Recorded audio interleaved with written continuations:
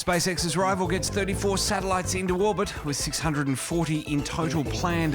Solar Orbiter launches, starting its 2-year journey to our sun, and Boeing's December Starliner test really didn't go as planned.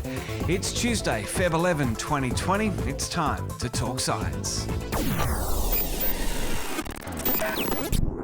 Across Apple Podcasts, Spotify, Google Podcasts and YouTube, this is Talking Science with Dr. Brad Tucker and Matt Miller.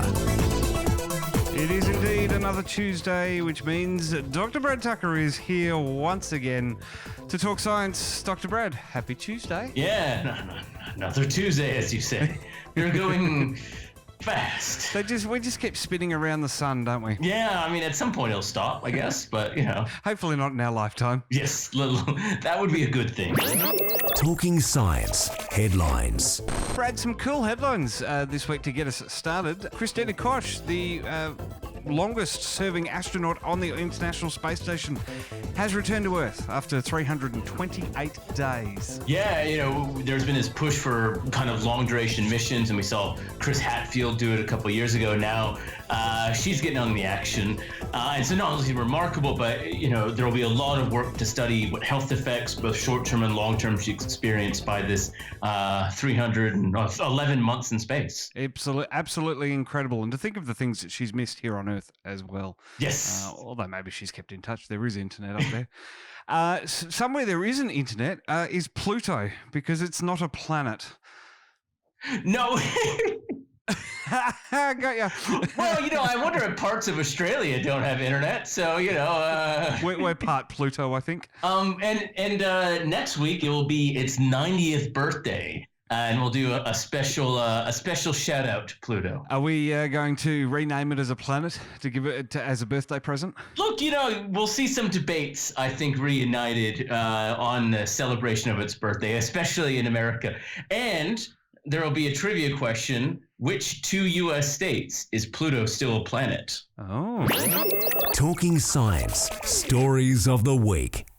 Well, before we get there, of course, we're going to be talking this week about three stories. One of them is quite close to Earth. OneWeb, SpaceX's competitor for satellite internet, they've launched 34 satellites and they want to launch 640 in total by next year. Yeah, as you said, it's similar to SpaceX's Starlink, and just shows Starlink is not the only game in town and not the only game actually taking action. Now, OneWeb is designed to go a bit higher in orbit. They're going to go about 1,200 kilometers, where Starlink is going, I think, in the 500 to 600 range. So by OneWeb going a bit higher, they think they only need 640 satellites to cover every part of the Earth, and they think they can get them all up there by 2021 when they can start this full service.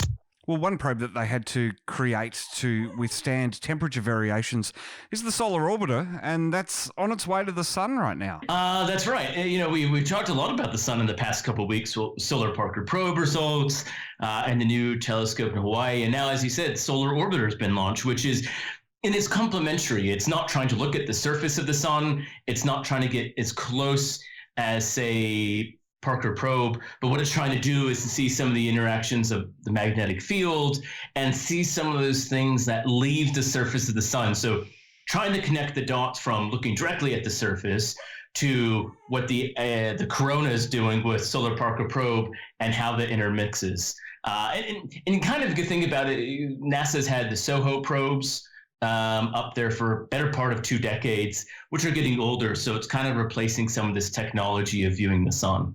And lastly today, Brad, the Boeing's Starliner test that we talked about in December.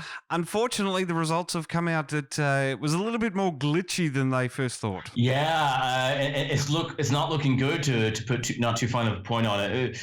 We talked about the glitch that they had going up. The clock, essentially, that was the onboard, which got the time from the rocket, was slightly out of sync, so it got the wrong time, so it executed its maneuvers at the wrong time and didn't get into orbit. But they also had another glitch related to time on the way back that they caught and fixed. Had they not caught it, when the capsule was trying to join back with the command module, they would have essentially crashed and exploded. Small problem. Yeah, small problem, as you say. And again, it was another software glitch. So we're not talking about hardware designs. We're not talking about faulty designs in the infrastructure. We're talking about, the automated programs. And this is one of the difference in the next generation of travel. If we go and think about, as we've talked about, Neil Armstrong landing on the moon and piloting it and doing some last minute ditches, a lot of these are automatic, robotic, completely timed controlled, because that reduces issues, but it also makes it simpler and easier to use, and you have better fallbacks. When these things go wrong, they go wrong. And so it's definitely something that Boeing's going to need to be fixed. And there's talks that they'll have, reviews and inquiry, which means their hope of sending a human this year up may not be reached. Brad, awesome to talk science, and we'll do it again next week. Sounds good. Thanks.